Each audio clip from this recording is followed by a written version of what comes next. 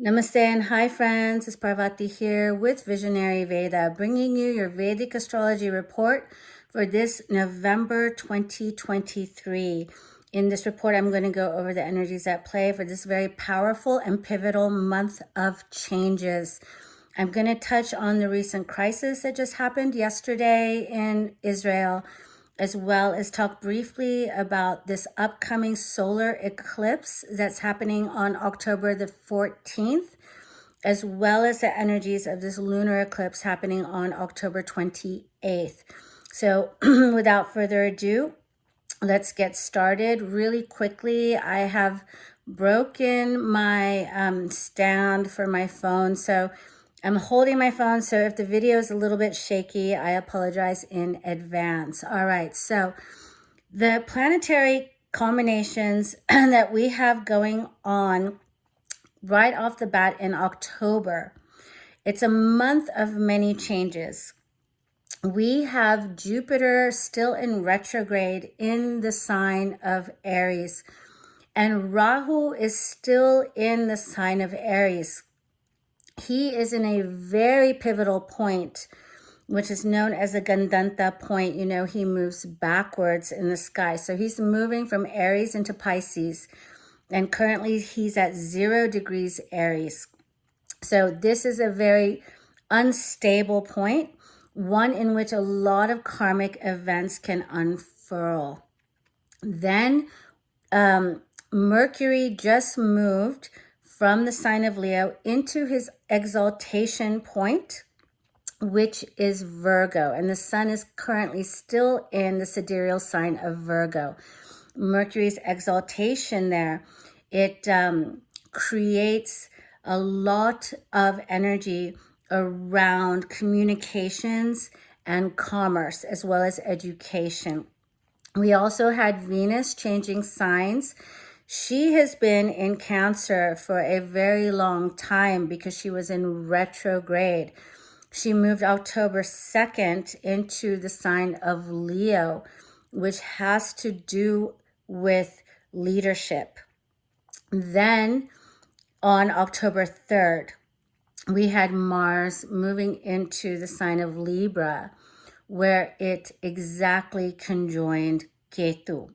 Ketu is also at 0 degrees Libra. Now, Ketu and Mars together, as I said in my last video, causes a very explosive combination.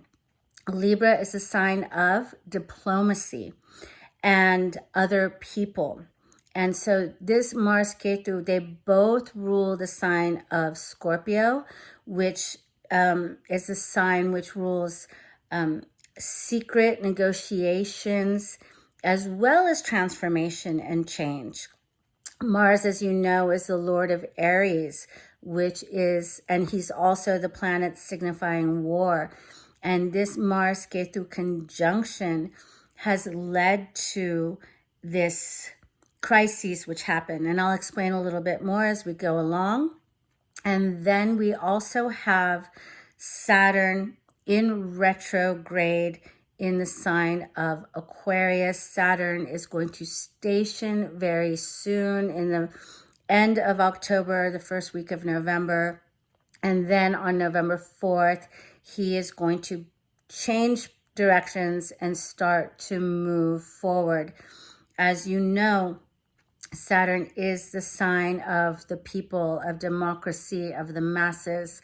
It is the planet which upholds and works for those that are working really hard. And it also denotes a supportive energy for the people. So now I'm just going to speak a little bit about this crisis. In my last video, I did mention that Mars and Ketu together cause an explosive type of energy. Mars, as you know, denotes fire, warfare, military, and Ketu is akin to white lightning, something happening in a flash out of the blue. It is a headless planet. Now, when I did some research this morning, I looked back as to when we had this combination. Jupiter is directly opposite the sign of Libra in the sign of Aries. And Jupiter is our morals, our values, our beliefs, and it is retrograde with Rahu. So it is aspecting this. So when Jupiter is retrograde and it is in a Guru Chandal Yoga with Rahu, it can show that our wisdom is also not as strong and clear as it could be. We are thinking backwards, we are thinking fanatically, and it opposing this Mars Ketu conjunction, that's a very tight conjunction, has set off this terrorist activity. The last time this configuration was in the sky was in 2001, where we also had out of the blue a big event happen in New York with the World Trade Centers. So this is a repeat. It's another thing that's going to set off many changes in the world. Mars and Ketu are going to be conjunct for until the end of the month, until Ketu changes signs into Virgo. So we can unfortunately expect this aggression and this war to escalate. Now, my heart goes out to all those affected from what happened yesterday. My thoughts are with you, and I'm praying that all those that are lost will be found, and my condolences to those people who have lost family members in this devastating act. Sorry. So that is it's something that we should be aware of. You know, the energies play out on several levels. Obviously, it plays out on a global level as well as a personal level. So if you would like to see where these energies are being activated in your chart, feel free to reach out to me for a consultation at my email, visionaryveda@gmail.com.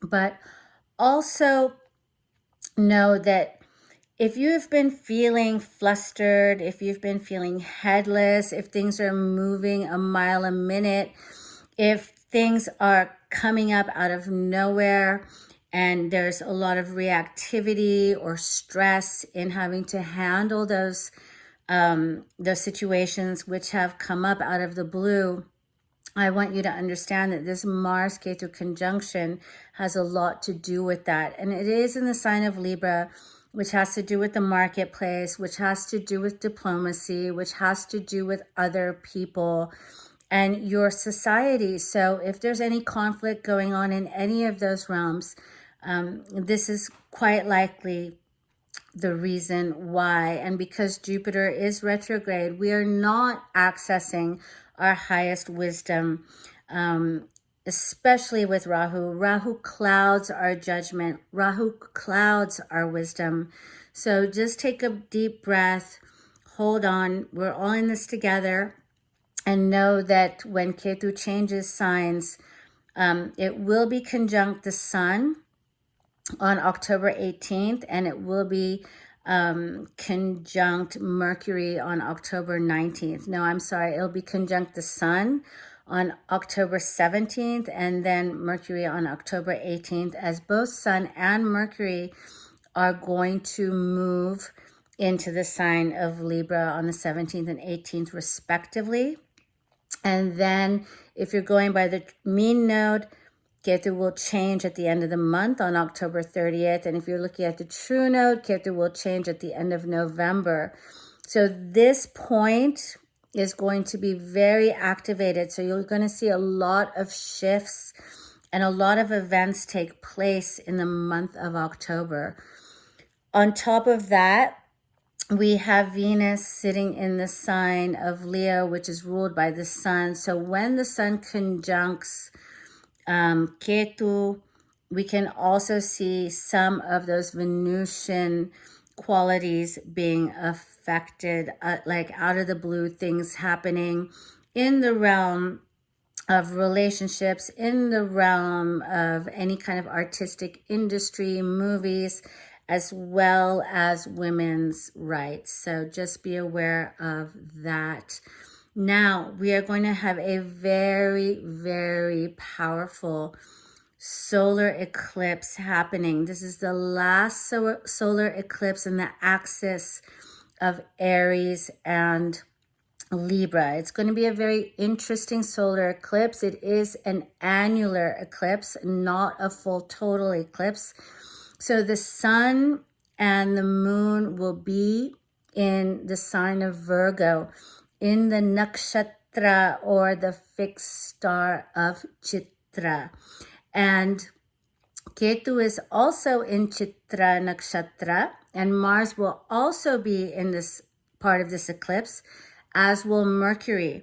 So we have 5 planets that are going to participate in this eclipse. Ketu will be in the Libra part of Chitra, and the sun and the moon will be in the Virgo part. So this is Chitra, the nakshatra or the fixed star. Is known as Spica or Spica. It's one of the brightest stars in the sky. And the Lord or the deity of Chitra nakshatra is Vishwakarma, or the divine architect. So on the one hand, things are being cleared. You're going to feel like you really want a change. Those things that you have structured in the past, what you've built up, you're ready to change, either adding to it or just building something new, starting over, recreating something that, some sort of a picture or an image or a way of life, your work, your relationship. It can show up in many ways depending on which house Virgo and Libra fall in your chart. So in a way, it is an opportunity for us to create something beautiful that reflects more our truth and our identity. The nakshatra Chitra, the fixed star Chitra, is planetarily lorded over by Mars. So it could show something happening in a way that's unexpected, in a way that could feel painful, in a way that could come a bit aggressively. It could be through conflict, but this will serve for you to be able to create something else. It's an image, it's a picture, it's a star of opportunity. And it's just because Mars, Ketu, Sun, Moon, and Mercury are all involved in this eclipse that it could come in a way where things need to break apart first in order for us to rebuild. Now, the lunar eclipse is going to be happening in the sign of Aries because Rahu is still sitting in Aries. They will move, like I said, at the end of October, if you take the mean node. But this Rahu eclipse will be with the retrograde Jupiter and, of course, the moon, because it'll be a lunar eclipse. And it's going to happen in the nakshatra of Ashwini. Ashwini nakshatra is the nakshatra of healing. Now, what's interesting about this nakshatra is that it's also lorded over by the planet Ketu. So Rahu, Ketu, and Mars are very much lending their energies to this eclipse cycle. So there can be a great ending, a great detonation, a great, I don't want to say the word blast, but like a blast of energy that is going to force us to look at serious healing, not only in the world, not only in politics, not only within our relationships, Libra, and especially with the military and this war mongering. Nobody wants war, and there's a great healing that needs to take place around how we are currently politically dealing with the world. And I feel like with Rahu over there, it will get heightened, but it will also make us dig deep and look at what we need to do to heal ourselves, the war within us, places within us that we are in conflict, and bring those changes into our lives so that the world will reflect the truth of who we are, which ultimately is love. There's no healing without love and forgiveness. And sometimes when we have these intense energies happening, we're forced to go deep and not listen to all those shadows. Rahu is a shadow planet, and Jupiter is there. Again, it's still retrograde, but on in the end of December, at the end of December, it will start to go direct. It'll move away from Rahu. So I feel like the rest of this year, we're going to have to deal with some very serious and very heavy topics and learn how to create peace and generate peace within ourselves and in the world at large. Venus is the Lord of Libra, which is where Ketu and Mars are sitting. Venus is in the sign of Leo, the sidereal sign of Leo, which is lorded over by the sun. So when the sun will move to conjunct Ketu after this eclipse, during this eclipse, it will bring about changes, sudden changes in leadership as well. So this month is a very strong month, as I mentioned in my last video. Lots of changes, lots of surprises. The good news is that when we move into November, Mars will move away from Ketu. By the end of November, Ketu will be in Virgo, and we will start a brand new eclipse cycle. The Aries Libra cycle after this month is going to end.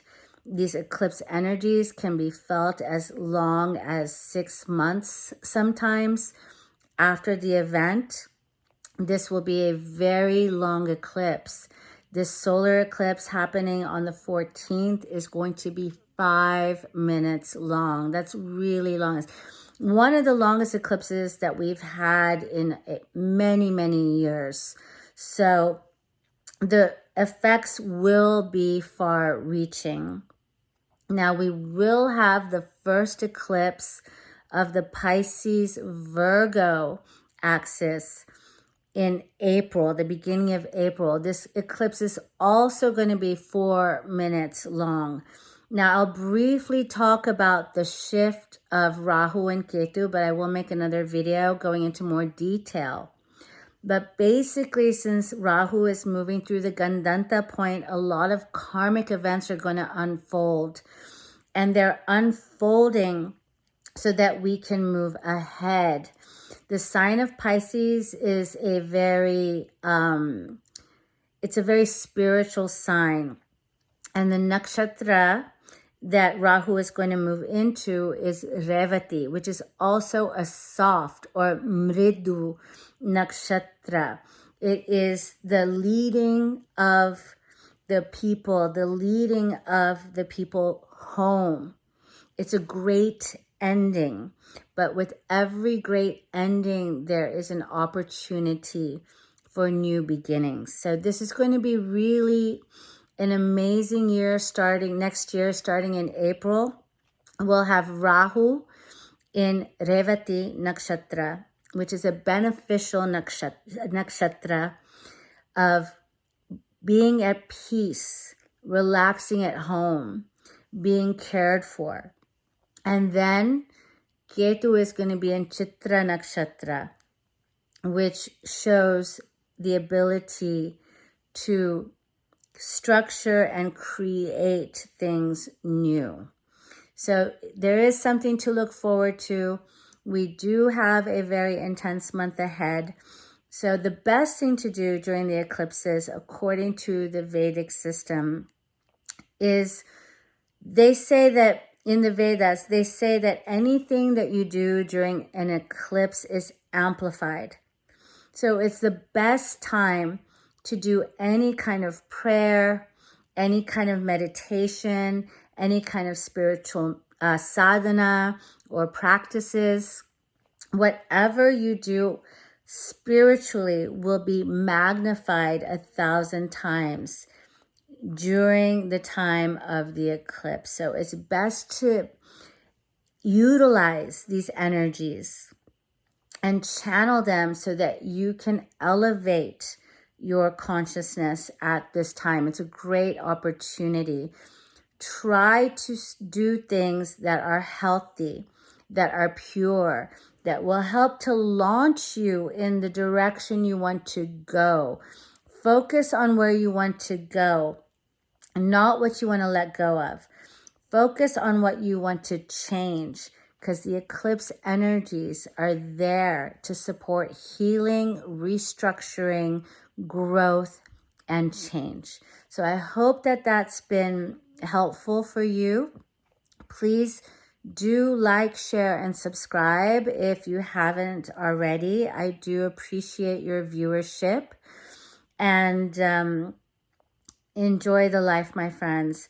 Take this opportunity to realize that nothing is certain and that life is precious. And we're here to share ourselves in our love and in our positive upliftment of ourselves and others. Okay, with that, I bid you a very peaceful October. It's kind of hard for me to really come up with the words because it's also it also really affected me what's happened yesterday. And I just pray that humanity will wake up one day and learn how to live in a better way. War is not the answer, but we all know that. And so I'm going to end my video here. I'll see you in the next video. Thank you so much for your viewership. Please do share this video if you find it beneficial, and I appreciate each one of my viewers very, very much. Enjoy the life, my friends. Take care. Bye-bye.